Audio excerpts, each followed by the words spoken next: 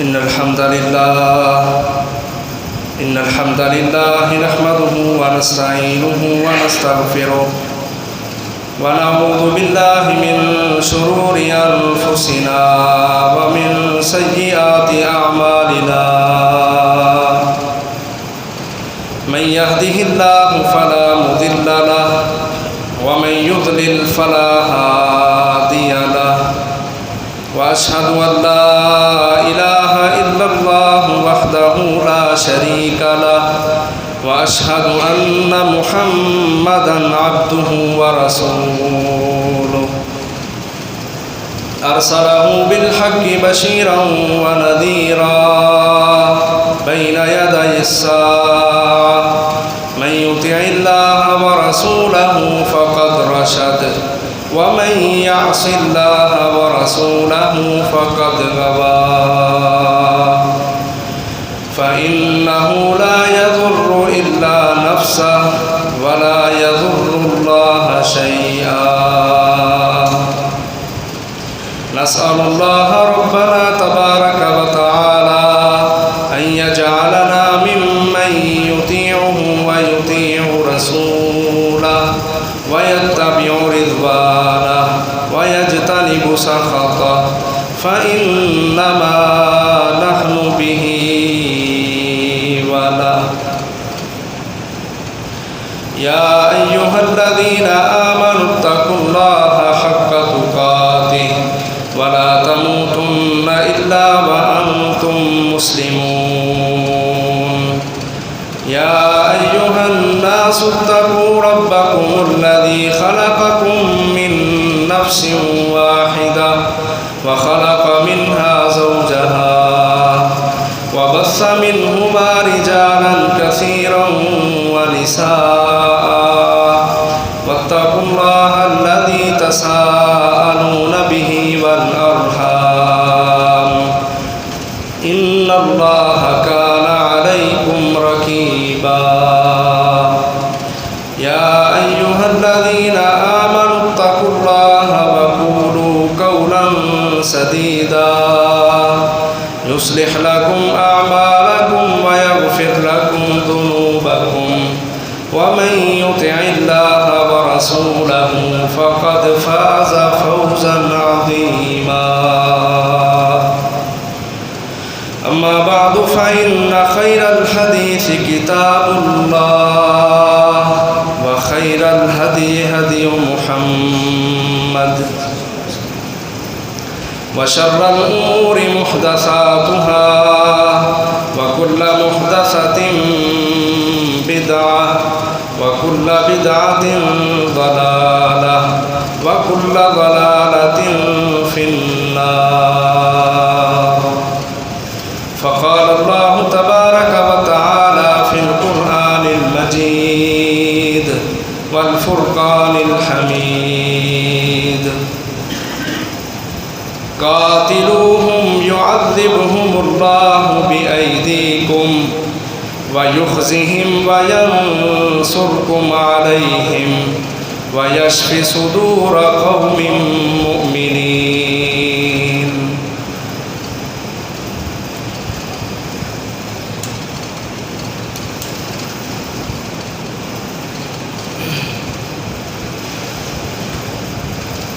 اللہ احکم الحاکمین نے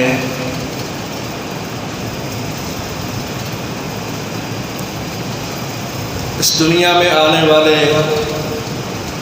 سب کے سب انسانوں کی یہ ذمہ داری لگائی ہے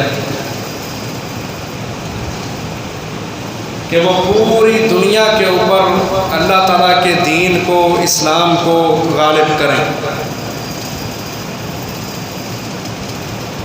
توحید کا جھنڈا پوری دنیا پر بلند ہو،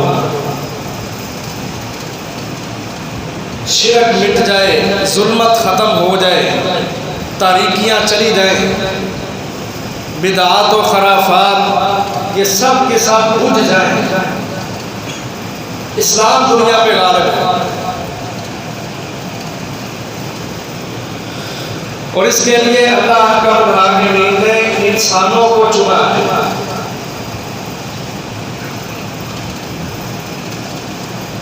اور یاد رکھیں کوئی بھی انسان اس ذمہ داری سے پیچھے نہیں رہ سکتا. صرف وہی انسان اس ذمہ داری سے پیچھے ہٹے گا کہ جو اندرونی طور پر بیمار ہے، جس کے دل کے اندر نفاق ہے. وگرنہ ہر مسلمان یہ چاہتا ہے کہ اسلام اللہ کا دین ہے، اس کو اللہ کی دنیا پر غالب آنا چاہے. اور نبی اکرم صلی اللہ علیہ وسلم نے بھی فرمایا تھا، فرمایا لا یبقى على ظهر الارض بیت مدر ولا وبر الا ادخله الله الاسلام دینا. کہ زمین پر کوئی نچلی جگہ، کوئی اونچی جگہ نہیں ہوگی مگر ہر جگہ اللہ تعالیٰ اسلام کو دین بنا کے داخل کرے گا. یہ نبی صلی اللہ علیہ وسلم کی بات ہے کہ روئے زمین پر کوئی بھی جگہ ایسی نہیں ہوگی کہ جہاں پر اسلام نہ داخل ہو. اللہ تعالیٰ کرے گا اس کو داخل. آگے بڑی پیاری بات کہی نبی صلی اللہ علیہ وسلم نے، فرمایا بعز عزیز و بذل ذلیل. جو عزت والے ہوں گے وہ عزت کے ساتھ اس کو تسلیم کریں گے، جو خود ذلیل ہوں گے اللہ بھی ان کو ذلیل کرے گا. یعنی جو انسان دعوت کو سنتا ہے، قرآن کو سنتا ہے، اپنے نبی کے فرامین کو سنتا ہے اور اپنی اصلاح کرتے ہوئے اس اسلام کو قبول کرتا ہے، اب اسلام کا رنگ اس انسان پر بھی آیا ہے. لیکن کیسے آیا ہے کہ اس نے خود عزت کے ساتھ اسلام کی بات کو مانا ہے، اللہ کی بات کو سنا ہے، نبی کی حدیث کو سنا ہے. اور وہ شخص جو اس دین کے مقابلے میں آئے گا یہ ذلت والا شخص ہے. اس سے بڑا بدتر اور ذلیل شخص دنیا میں کوئی نہیں ہے کہ جو اللہ کی بات کے سامنے کھڑا ہوتا ہے، اپنے نبی کی بات کے مقابل آتا ہے. وہ یہ اظہار کرتا ہے کہ اللہ کو پتہ ہی نہیں، نبی صلی اللہ علیہ وسلم کو پتہ ہی نہیں، میں سب جانتا ہوں. فرمایا یہ جو ذلت والا شخص ہے اسلام پھر اس کو ذلیل کرے گا، اس کو بھی دنیا کے اندر رسوا کرے گا. محترم بھائیوں، یہ سارے ایمان کے مسئلے ہیں. جو شخص ایمان والا ہے، مضبوط ایمان والا ہے، وہ اس بات کو تسلیم کرے گا کہ وہ لوگ جو اسلام کے مقابلے میں آتے ہیں ہم نے ان کا مقابلہ کر کے اسلام کو غالب کرنا ہے. اسی لیے نبی اکرم صلی اللہ علیہ وسلم سے ایک صحابی نے پوچھا، حضرت ابو ذر غفاری رضی اللہ عنہ بیان کرتے ہیں، بخاری کی روایت ہے کہ اللہ کے رسول ای الاعمال افضل، دین میں افضل عمل کون سے ہیں، برتری والے عمل کون سے ہیں؟ نبی کائنات صلی اللہ علیہ وسلم نے دو عمل بتائے. فرمایا ایمان باللہ و جہاد فی سبیلہ، کہ دین اسلام کے اندر دو عمل ہیں جن سے افضل کوئی عمل ہے ہی نہیں. پہلا عمل اللہ کی ذات پر مکمل ایمان، ایمان باللہ. دوسرا عمل وجہاد فی سبیلہ، اللہ کے راستے میں جہاد کرنا. آپ کہیں گے یہ کون سا ٹاپک شروع ہو گیا جہاد؟ محترم بھائیوں بات کو سمجھیں. جو اللہ نے کہا کہ ہم اسلام کو دین بنائیں گے، پوری دنیا پر اس کا غلبہ کریں گے، پھر آگے فرمایا عزت والے عزت کے ساتھ مانیں گے، جو ذلیل ہوں گے ان کو ذلیل کیا جائے گا. جہاد ان لوگوں کو کہ جو اسلام کی دعوت کے آگے اکڑتے ہیں، مقابلے میں آتے ہیں، ان کو سیدھا کرنے کے لیے اللہ تعالیٰ نے جہاد کو فرض کیا. وَبِذُلِّ ذَلِيلٍ، جو ذلیل نہیں نہ مانے گا پھر جہاد کی تلوار اس کو اور ذلت کے اندر لے کے جائے گی کہ دنیا میں دین اللہ کا رہے گا،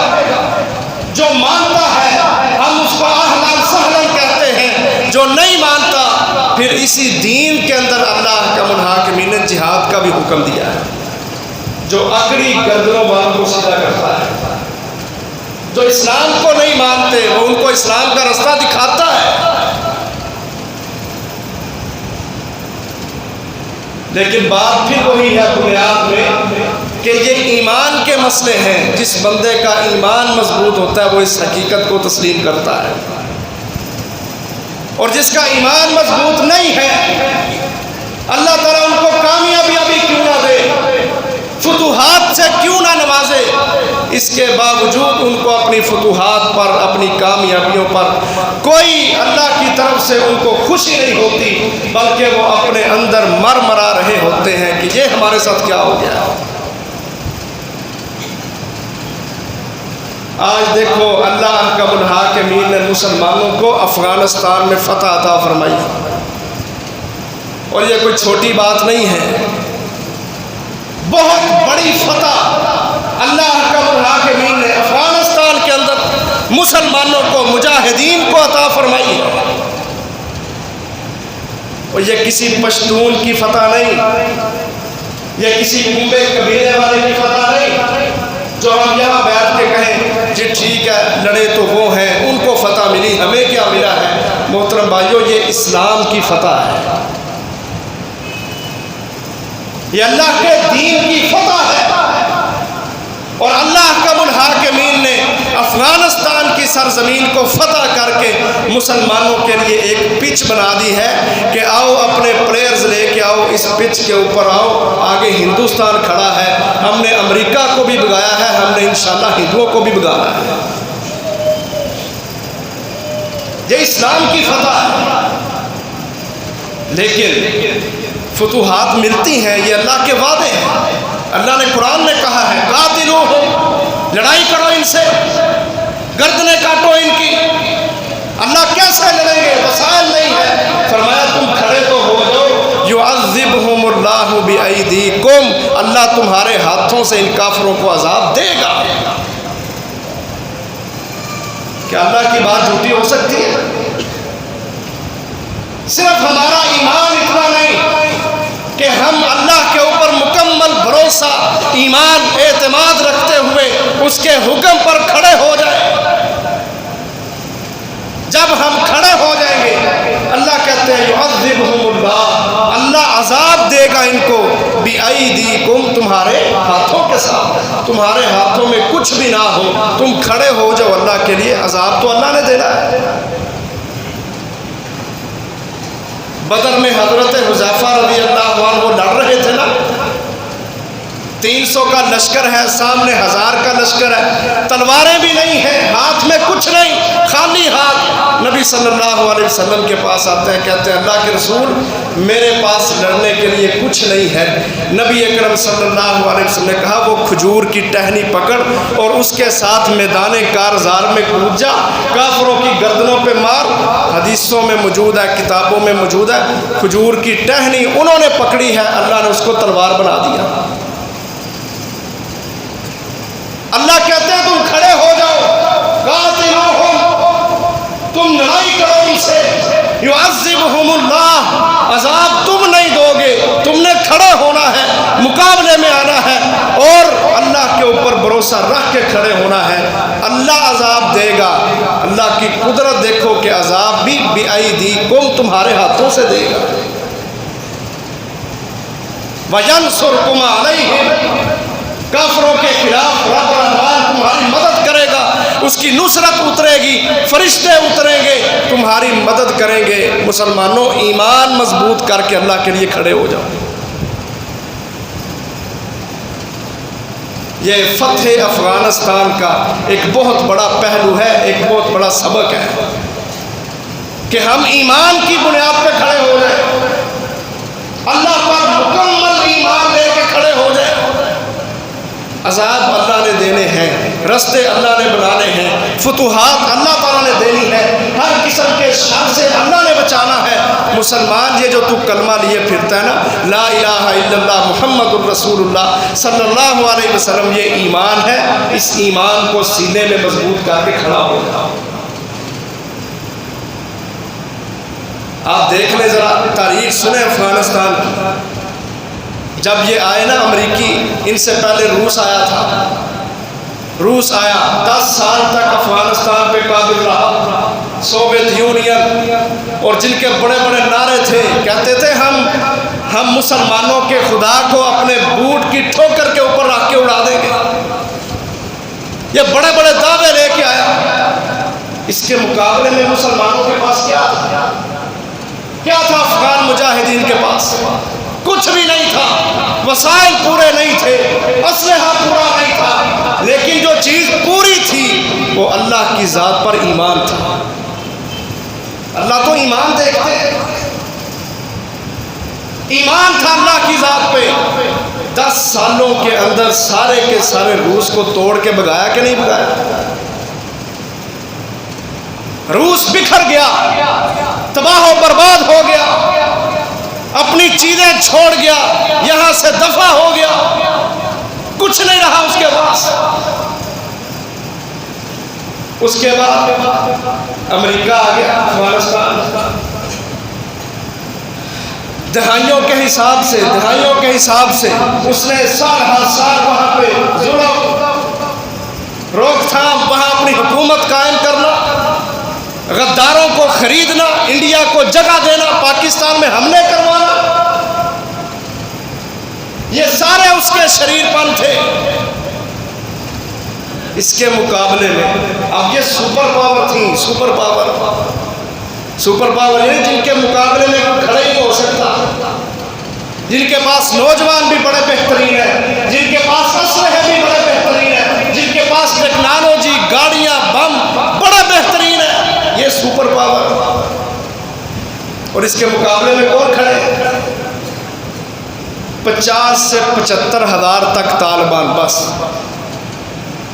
ہم تو یہاں بیٹھے ہیں، ہم تو اپنے کاروبار میں، ہمیں نہیں پتا کہ کیا ہوتا ہے وہاں پہ، اور نہ ہی ہم دلچسپی لینا چاہتے ہیں، اور نہ ہی ہمارے سینوں میں خوشی ہے کہ اللہ نے افغانستان کو فتح عطا فرمائی ہے.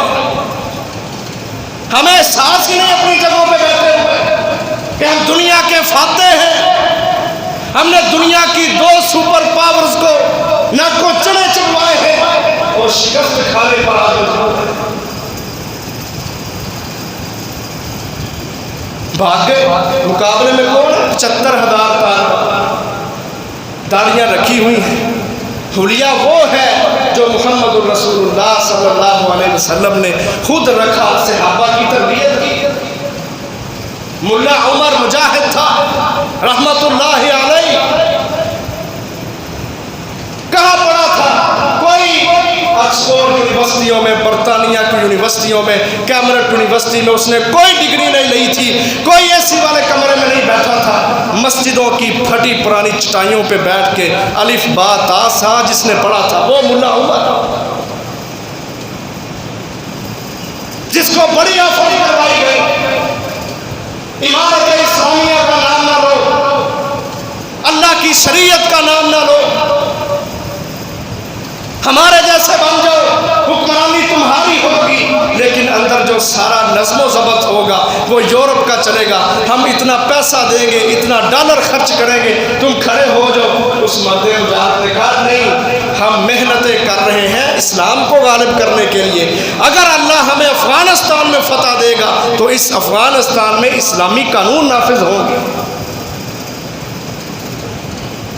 وہ جس کے پاس ڈگریاں بھی نہیں، اور لوگ ان طالبان کو دیکھتے ہیں نا، آپ نے دیکھا ہوگا سوشل میڈیا پر، لوگ اس انداز سے دیکھتے ہیں کہ وہ اگر کوئی نہیں، لوگ ان کو اس انداز سے دیکھتے ہیں.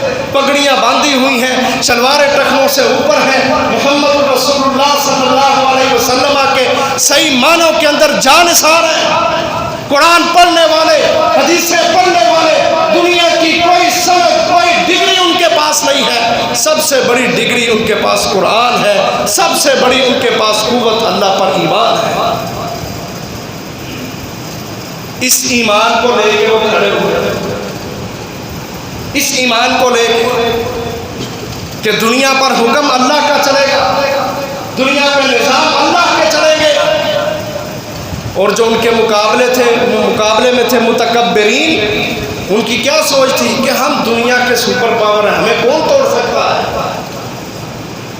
ہم تو ہر چیز میں سب سے آگے ہیں۔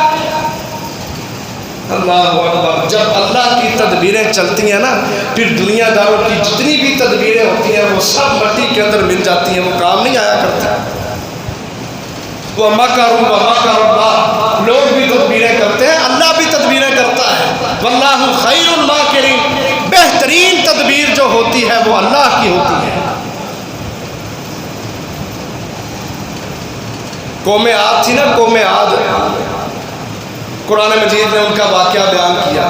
فَأَمَّا عَادٌ فَاسْتَكْبَرُوا فِي الْأَرْضِ بِغَيْرِ الْحَقِّ، قوم عاد نے کہا تھا زمین میں تکبر کرتے ہوئے، کہتے ہیں وَقَالُوا مَنْ أَشَدُّ مِنَّا قُوَّةً، قوم عاد کا یہ تکبر قرآن نے بیان کیا، کہتے ہیں ہم جیسی قوت والی جماعت دنیا میں کون ہے، ہمیں دکھاؤ۔ من اشد منا قوة، اور واقعات وہ قوت والے تھے، اللہ نے ان کو طاقتیں دی تھیں۔ اللہ نے اس قوم کے بارے میں قرآن میں بیان کیا، التی لم یخلق مثلها فی البلاد، ان جیسے لوگ ہم نے ان کے بعد پیدا ہی نہیں کیے، ایسے وہ قوت والے تھے۔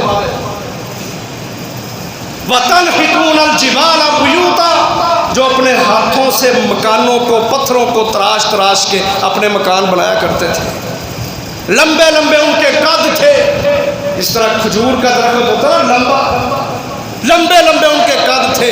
اور جب وہ ان کا تکبر ٹوٹا، اللہ کے مقابلے میں کھڑے ہوئے، قوم سمود کے لوگ، قوم عاد کے لوگ ہود علیہ السلام کے مقابلے میں آئے، اللہ تبارک و تعالیٰ نے فَأَمَّا عَادٌ فَأُهْلِكُوا بِرِيحٍ صَرْصَرٍ عَاتِيَةٍ سَخَّرَهَا عَلَيْهِمْ 7 لَيَالٍ وَثَمَانِيَةَ أَيَّامٍ حُسُومًا فَتَرَى الْقَوْمَ فِيهَا صَرْعَىٰ كَأَنَّهُمْ أَعْجَازُ نَخْلٍ خَاوِيَةٍ، اللہ کہتے ہیں متکبر بن کے کھڑے ہوئے، کہتے ہیں ہم سے مقابلہ کرنے کی کس میں قوت ہے، کہتے ہیں 7 راتوں تک 8 دنوں تک اللہ نے تند و تیز آندھی ان کے اوپر بھیجی، کان ان کے پھٹ گئے، دل ان کے پھٹ گئے، فرمایا اپنے گھروں میں ان کی لاشیں ایسی بکھری ہوئی تھیں کأنہم اعجاز نخل خاویہ، جس طرح کھجوروں کے بڑے بڑے تنے بکھرے ہوتے ہیں، لمبے لمبے قد، بہترین قوت، ان جیسے لوگ اللہ نے پیدا ہی نہیں کیے۔ امریکہ نے بھی یہ سمجھا، قوم عاد کی اولاد نے، کہ ہم سے کون مقابلہ کر سکتا ہے، منا من اشد منا قوة، کون ہے جو ہم سے قوت کے ساتھ ہمارا بیلنس رکھے یا ہم سے مضبوط ہو۔ اللہ اکبر۔ پھر دنیا نے منظر دیکھا، دنیا نے منظر دیکھا کہ اللہ کا الحاکمین نے 20 سال کے عرصے میں، بلکہ اس سے بھی پہلے 18 سال کے اندر اللہ تبارک و تعالیٰ نے وہ جو متکبر بن کے آئے تھے اور دنیا کے اندر اپنا نیو ورلڈ آرڈر چلانا چاہتے تھے، اللہ نے وہ ساری کی ساری ان کی ٹیکنالوجی، ان کا نیو ورلڈ آرڈر، ان کا گلوبلائزیشن، اللہ نے سب کچھ تباہ و برباد کر کے رکھ دیا۔ آج امریکہ افغانستان سے بھاگ چکا ہے، اللہ کے شیر دلیر مجاہد افغانستان کے اوپر کامیاب ہو کے کھڑے، اور یہ اسلام کی فتح ہے، یہ اسلام کی فتح ہے۔ طالبانوں نے جو وعدہ اللہ سے کیا تھا کہ اللہ ہم تیرے دین کو دنیا پہ غالب کریں گے، انہوں نے اپنے اس وعدے کو پورا کیا۔ یہ ایمان کی کمزوریاں ہوتی ہیں کہ انسان اپنے مد مقابل دشمن کو دیکھ کے سمجھتا ہوئے یہ تو پتہ نہیں کیا لے کے آ گیا، میرے پاس تو کچھ نہیں۔ جب ایمان کی بنیاد پہ تم کھڑے ہوگے، اللہ تعالیٰ سب کچھ تمہیں عطا کرے گا۔ 2 مثالیں اس کی آپ کے سامنے رکھتا ہوں۔ بدر کا مارکہ ہے، اللہ کے رسول صلی اللہ علیہ وسلم جنگ کے لیے نہیں آئے، قافلہ لوٹنے کے لیے آئے، لیکن حالات ایسے بن گئے کہ وہاں کافروں کے ساتھ جنگ ہو گئی۔ 313 کا لشکر سامنے 1000 کا لشکر، اپنے سے 2 گنا بڑی تعداد۔ نبی صلی اللہ علیہ وسلم پریشان ہے، مجمع لگایا، صحابہ میں بیٹھے، پوچھا کہ کیا کرنا چاہیے۔ اب مہاجرین وہ صحابہ جنہوں نے نبی صلی اللہ علیہ وسلم کے ساتھ ہجرتیں کی تھی، ان میں سے 3 صحابی کھڑے ہوئے، حضرت ابوبکر، حضرت عمر فاروق اور حضرت مقداد بن عمر رضی اللہ عنہ۔ تسلی دی، کہا اللہ کے رسول آپ پریشان نہ ہو، ہم نے آپ کے ساتھ ہجرتیں کی ہیں، ہمارے ایمان مضبوط ہیں، ہم ان کا مقابلہ کریں گے۔ لیکن رسول اللہ صلی اللہ علیہ وسلم خاموش ہے۔ کیوں خاموش ہے؟ آپ یہ سوچ رہے تھے کہ جن انصار صحابہ نے مجھے جگہ دی ہے، کہیں ان کی طرف سے یہ اعتراض نہ آ جائے کہ جی ہم نے تو محمد کو جگہ دی ہے، ہم تو مصیبت میں پڑ گئے، اب ہمیں لڑنا بھی پڑے گا، اب ہمیں مال بھی قربان کرنا پڑیں گے، اب ہمیں اپنی جانیں بھی گنوانا پڑے گی، خون بھی دینا پڑے گا۔ احسان تھا ان کا کہ انہوں نے صحابہ کو جگہ دی تھی اپنے پاس، مالی طور پر بھی ان کی مدد کی۔ نبی صلی اللہ علیہ وسلم انصار کی طرف سے امید لگا کے بیٹھے ہیں کہ یہ کچھ بولیں گے تو پھر میں قدم اٹھاؤں گا۔ انصاری صحابی حضرت سعد بن معاذ رضی اللہ عنہ وہ سمجھ گئے کہ اللہ کے رسول صلی اللہ علیہ وسلم ہم سے توقع کر رہے ہیں، کیونکہ ہم نے تو جگہ دی ہے، ہم سے توقع کر رہے ہیں کہ ہم کوئی ایسی بات کہیں کہ نبی اکرم صلی اللہ علیہ وسلم خوش ہو جائیں۔ اب وہ انصاری صحابی کھڑے ہوئے، اٹھ کے کیا کہا؟ کہا اللہ کے رسول ہم موسیٰ علیہ السلام کی قوم جیسے نہیں ہیں۔ دیکھو کیسا انہوں نے اپنے نبی کو تسلی بخش جواب دیا، حوصلہ بلند کیا کہ اللہ کے رسول ہم موسیٰ علیہ السلام کی قوم جیسے نہیں ہیں کہ جب موسیٰ علیہ السلام نے کہا کہ جاؤ اللہ کے راستے میں جہاد کرو، انہوں نے کہا اذهب انت وربك فقاتلا انا ہاہنا قاعدون، کہ موسیٰ ہم سے تو نہیں لڑا جاتا، تو جا اور تیرا رب جا کے لڑے، ہم تو یہاں بیٹھے۔ تمہید دیکھو کیسے باندھی کہ اللہ کے رسول آپ پریشان نہ ہو، ہم موسیٰ علیہ السلام کی قوم جیسے نہیں ہیں، ہمارے ایمان مضبوط ہیں، ہمارا مراد آسمانوں کی بلندیوں کو چھو رہا ہے۔ اللہ کے رسول اگر آپ ہمیں سمندروں میں گھوڑے دوڑانے کو کہیں گے، ہم سمندروں میں بھی گھوڑے ڈال دیں گے، آپ جہاد کا حکم تو کریں۔ ایمان تھا، ایمان کی مضبوطی تھی، ایمان کی بہار تھی، ایمان دلوں کے اندر جاگزین تھا۔ نبی اکرم صلی اللہ علیہ وسلم کو تسلی دی اور کھڑے ہو گئے۔ پھر دیکھو جب اللہ نے ایمان دیکھا، وہ 313 کا لشکر اپنے سے 2 گنا تعداد پہ غالب نہیں آیا۔ اسلام کی سب سے پہلی جنگ، سب سے مبارک مہینے رمضان المبارک میں فاتح بنے محمد الرسول اللہ صلی اللہ علیہ وسلم۔ دنیا کفر پر دھاک بیٹھ گئی کہ مسلمان بڑے مضبوط ہیں، ان کا ایمان بڑا مضبوط ہے۔ 313 نے 1000 کو پچھاڑ دیا ہے۔ دوسری مثال جنگ احزاب کا موقع ہے، جس کو جنگ خندق بھی کہتے ہیں۔ نبی صلی اللہ علیہ وسلم کے پاس وسائل نہیں، طاقت نہیں دشمن سے لڑنے کی، اور دشمن اب اکیلا نہیں آیا۔ پہلے بدر میں، پھر احد میں، وہ دشمن قریش کے لوگ تھے، عرب قبائل تھے۔ اب خندق کے موقع پر دشمن سارے کے سارے اپنے دشمنوں کو، اپنے حواریوں کو اکٹھا کر کے لے کے آیا، کہتا ہے 10,000 کا لشکر تیار کیا اور مدینے کے اوپر حملہ کریں گے، مسلمانوں کو نکلنے نہیں دے رہا، ان کو یہاں پر ملیا میٹ کرنا ہے۔ 10,000 کا لشکر لے کے آئے، اور مقابلے میں مسلمان کتنے سے؟ صرف 3,000، اور جنگی قوت باز ہے ہی نہیں۔ نبی صلی اللہ علیہ وسلم نے صحابہ سے مشورہ کیا کہ کیا کرنا چاہیے۔ حضرت سلمان فارسی رضی اللہ عنہ نے مشورہ دیا، کہتے ہیں اللہ کے رسول جب ہم اپنے علاقوں میں جنگیں ہوتی تھی تو ہم اپنے علاقوں کا جو ان کی حفاظت کرتے تھے وہ خندق کھود کے کیا کرتے تھے۔ خندق کھود دیتے ہیں چوڑی لمبی، تاکہ کوئی کافر داخل ہی نہ ہو سکے مدینہ میں۔ خندق کھود دی گئی، نبی صلی اللہ علیہ وسلم خود خندق کھودنے والے عمل میں شامل ہیں، ٹیلے توڑ رہے ہیں، روم کی فتح کی بشارتیں دے رہے ہیں، یمن کی مدائن کی فتح کی بشارتیں سنا رہے ہیں۔ 10,000 کا لشکر مقابلے میں 3,000. ایک مہینے تک اس نے محاصرہ کیا مدینہ کا، پورا ایک مہینہ کافر نہیں ہلے وہاں سے. اپنے خیمے، اپنی ہنڈیاں، اپنی عورتیں، اپنے بچے، سارا ساز و سامان لے کے آئے تھے کہ وہاں جا کے ہم نے محاصرہ کرنا ہے، پڑاؤ ڈالنا ہے. مسلمان جب تک باہر نہیں نکلیں گے ہمارا ایک فرد بھی یہاں سے نہیں اٹھے گا. یہ سوچ لے کے آئے.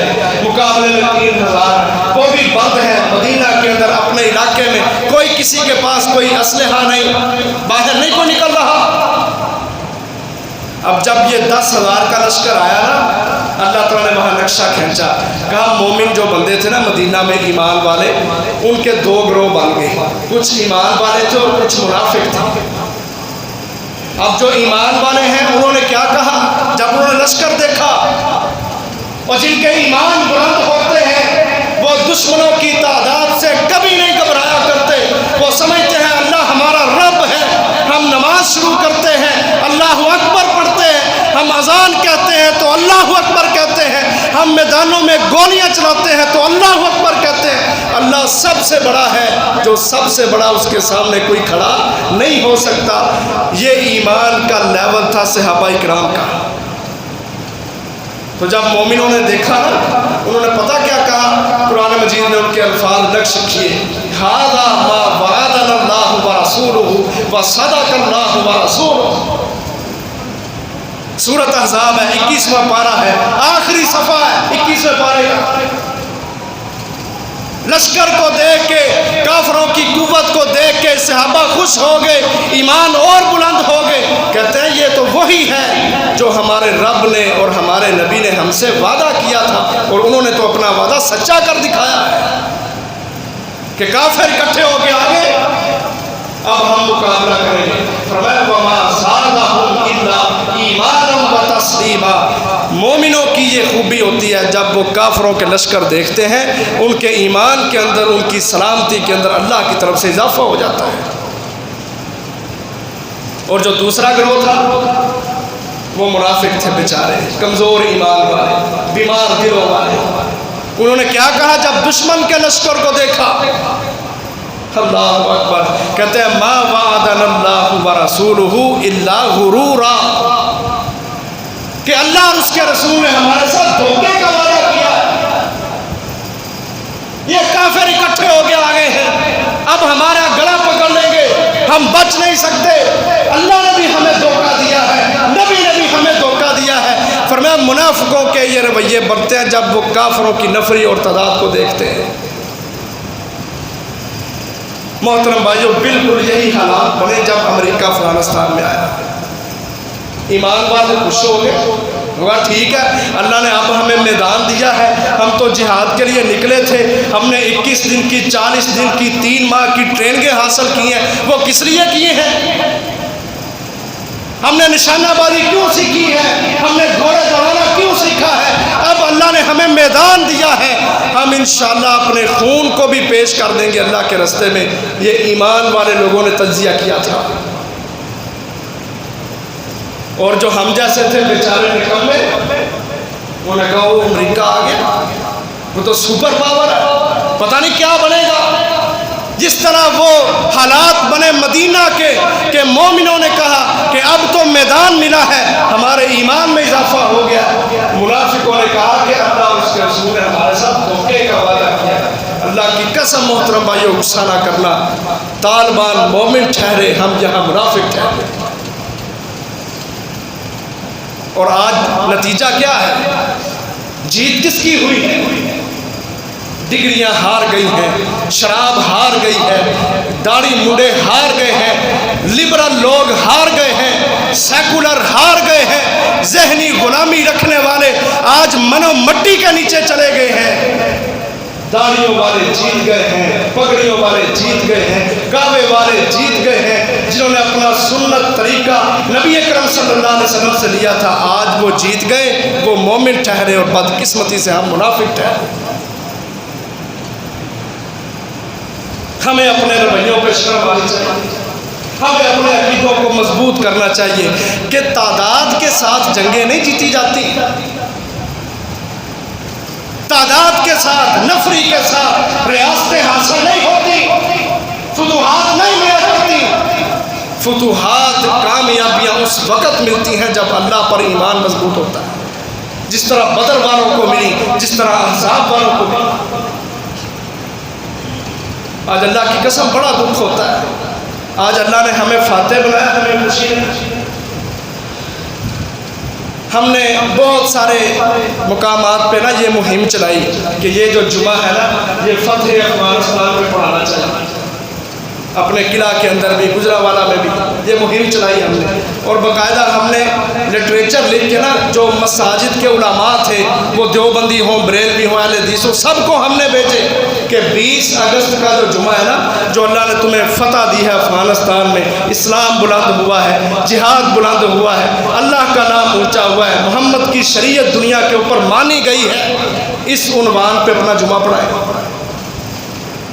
لیکن بڑا دکھ اس وقت ہوا کہ جب بریلوی علماء نے اور دیوبند کے علماء نے ہمارے اس دعوتی لٹریچر کو بفضل اللہ تعالی قبول کیا، اور دکھ اس بات پہ ہوا کہ ہمارے اہل حدیث کے سٹیج پر بیٹھنے والے مولوی، اللہ کی قسم انہوں نے رکے کھاتے۔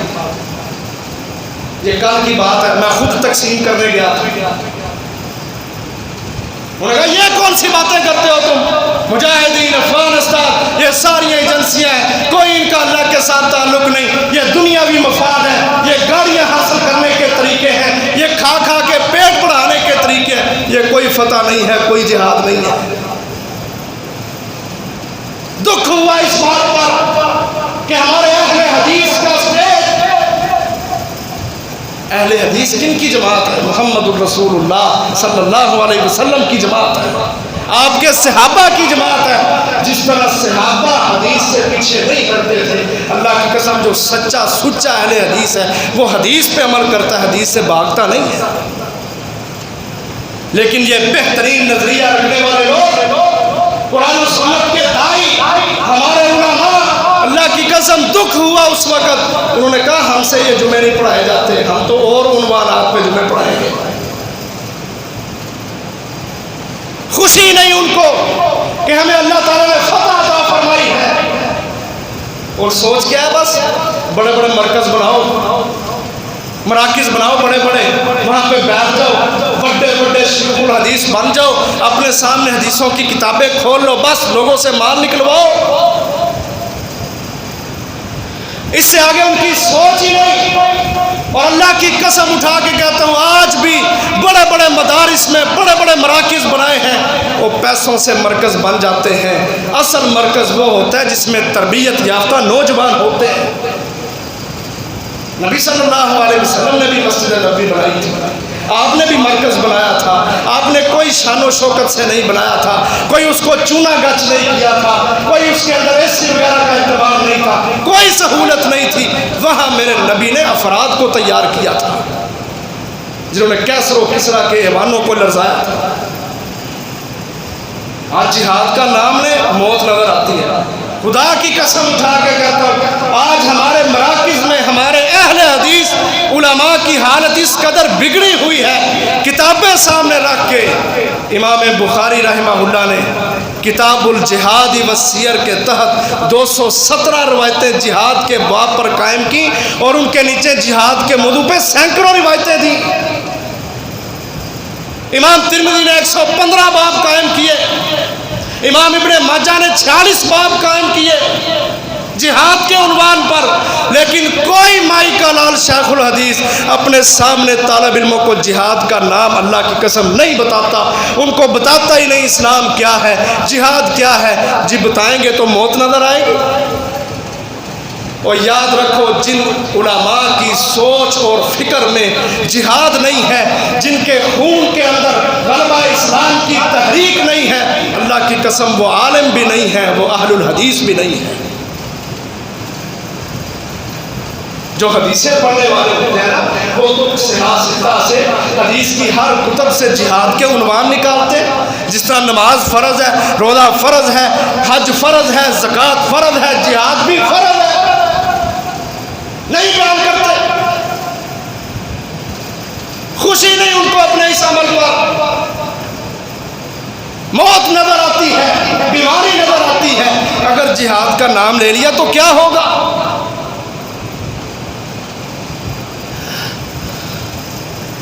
اور یہ غلبہ اسلام کی تحریک رکھنے والے لوگ، ان کے اندر یہ چیز ہوتی ہے، ان کا خون ہوتا ہے جو اصل خون ہوتا ہے، وہ سمجھتے ہیں کہ دنیا پر کفر ہے، اللہ نے ہمیں اسلام کے لیے پیدا کیا ہے، توحید کے غلبے کے لیے پیدا کیا ہے، توحید کا غلبہ عزت والے عزت سے مانیں گے، جو ذلیل لوگ ہیں وہ مقابلے میں آئیں گے، ان کا حل اللہ نے قتال بتایا ہے، کتب علیکم القتال اعدوا لهم ما استطعتم من قوة انفروا خفافا وثقالا وجاهدوا بأموالكم وأنفسكم قاتلوهم يعذبهم الله بأيديكم ويخزهم وينصركم عليهم ويشفي صدور قوم مؤمنين فليقاتل في سبيل الله الذين يشرون الحياة الدنيا بالآخرة ومن يقاتل في سبيل الله فيقتل أو يغلب فسوف نؤتيه أجرا عظيما الذين آمنوا وهاجروا وجاهدوا في سبيل الله وما لكم لا تقاتلون في سبيل الله۔ قرآن مجید بھرا ہوا ہے، قرآن مجید میں جہاد کے عنوان پر مستقل صورتیں ہیں، سورت توبہ کے نام پہ، سورت انفال کے نام پہ، بقرہ میں جہاد ہے، آل عمران میں جہاد ہے، النساء میں جہاد ہے، سورت محمد صلی اللہ علیہ وسلم، محمد صلی اللہ علیہ وسلم کے نام پہ اتاری، جس کے اندر سارے کا سارا قتال ہے، جہاد ہے، اور اس بنا پہ مفسرین نے اس کا نام سورت القتال بھی رکھا ہے۔ اور جب ساری قرآن مجید کی آیات کو جہاد کے عنوان پہ اکٹھا کیا جائے، 8 پارے بنتے ہیں، 8 پارے، 30 پاروں میں صرف 8 پارے صرف جہاد کے، جس میں فضیلتیں ہیں، احکامات ہیں، قیدیوں کے ساتھ کیسا سلوک کرنا ہے، عورتوں کے ساتھ تمہارے کیا رویے ہونے چاہیے، راتوں کو جنگ کس طرح کرنی ہے، جو جنگ میں کھڑا ہوگا اس کی فضیلت کیا ہے، جو جنگ سے بھاگ جائے گا اس کی ذلت کیا ہے۔ 8 پاروں کے اندر اللہ احکم الحاکمین نے جہاد کو بیان کیا ہے۔ لیکن بڑا دکھ اور افسوس ہوتا ہے اس وقت کہ جب اللہ تعالیٰ مسلمانوں کو فتوحات عطا فرمائے، ہمارے یہاں پیچھے رہنے والے لوگ ذہنی غلامی میں رہیں، شکلیں یہودیوں جیسی، لباس عیسائیوں جیسے، رہن سہنے کا ماحول یورپیوں جیسا، ان چوڑوں جیسا، پھر اللہ تعالیٰ غلبے نہیں دیتے۔ اور یہ اللہ نے بیان کیا قرآن میں، ان اللہ لا یغیر ما بقوم حتی یغیروا ما بانفسہم، کہ اللہ تعالیٰ قوموں کی حالات کو اس وقت تبدیل نہیں کرتے جب تک قوموں کو اپنے حالات درست کرنے کی فکر نہیں ہوتی۔ اور یہ وجہ ہے جس کی بنیاد پہ ہم پیچھے رہ گئے، ہم پیچھے رہ گئے، لیکن اللہ نے افغانوں کو فتح عطا فرما دی۔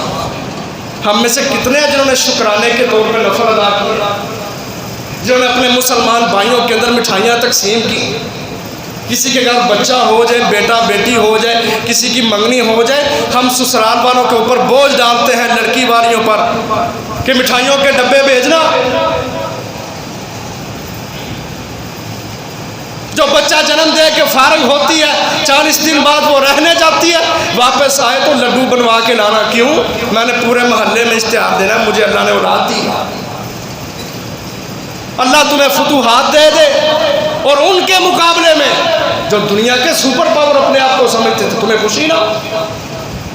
یہ ایمان کی کمزوری ہے۔ اللہ نے فرمایا کہ وَيَشْفِ صُدُورَ قَوْمٍ مُّؤْمِنِينَ، ہم ایمان والوں کے سینوں کو ٹھنڈا کرتے ہیں جب اللہ تعالیٰ جہادوں میں ان کو کامیابی عطا کرتے ہیں۔ ہمارے سینے ٹھنڈے ہوئے ہی نہیں، کیسے ٹھنڈے ہو؟ ہم منہ میں وہ سلنسر ٹھونس کے دھواں نکالتے ہیں، منہ سے بھی گرم ہوا، اندر جگر بھی ہمارا گرمی سے بھرا ہوا، اور باتیں کرتے ہیں ہم یہاں بیٹھ کے مجاہدین کو کہ جنہوں نے اپنے خون اللہ کے راستے میں پیش کیے۔ یہ چیزیں جب اللہ تعالیٰ دیکھتے ہیں پھر قومیں کھڑی نہیں ہوتی۔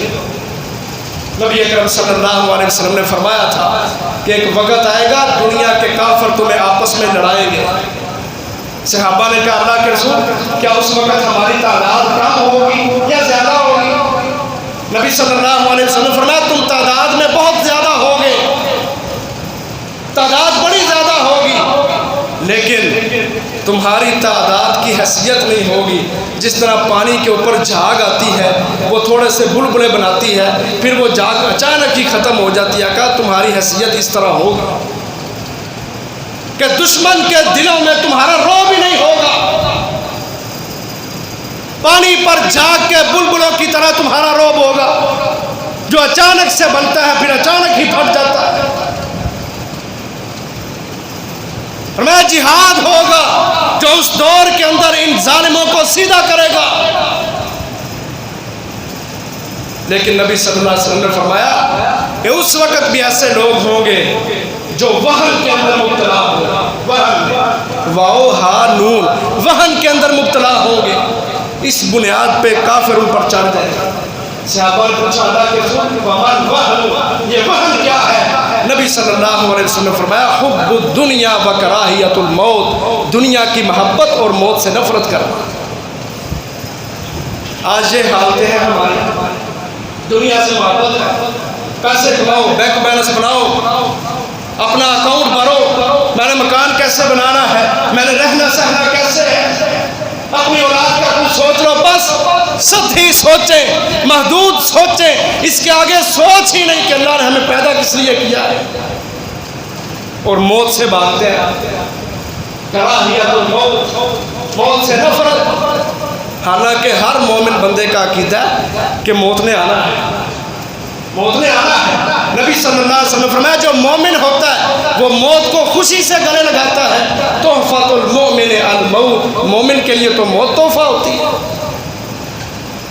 کہ وہ دنیا کی رنگ رنگینیوں سے اس کی جان چھوٹ جاتی ہے. دنیا کی پریشانیوں مصیبتوں سے اس کو چھٹکارا مل جاتا ہے. اور موت ملتے ہی چونکہ وہ مومن ہوتا ہے وہ جنتوں کا وارث بن جاتا ہے. ہماری یہ حالت کیوں نہیں کہ ہمیں خوشی ہو کہ میں نے مرنا ہے تو میں نے اپنے رب سے جا کے ملنا ہے. ہمیں دنیا کے سیاپے ہیں. وجہ یہ ہے کہ ہمارا ایمان بلند نہیں ہے. جب ایمان ہمارا مضبوط نہیں ہوا دنیا کی محبت ہمارے دلوں پہ چھا گئی. موت سے نفرت ہمارے دلوں میں پیدا ہو گئی. دنیا کو ہم جنت سمجھنے لگ گئے. دنیا کو ہمیشگی والی زندگی ہم نے سمجھنا شروع کر دیا.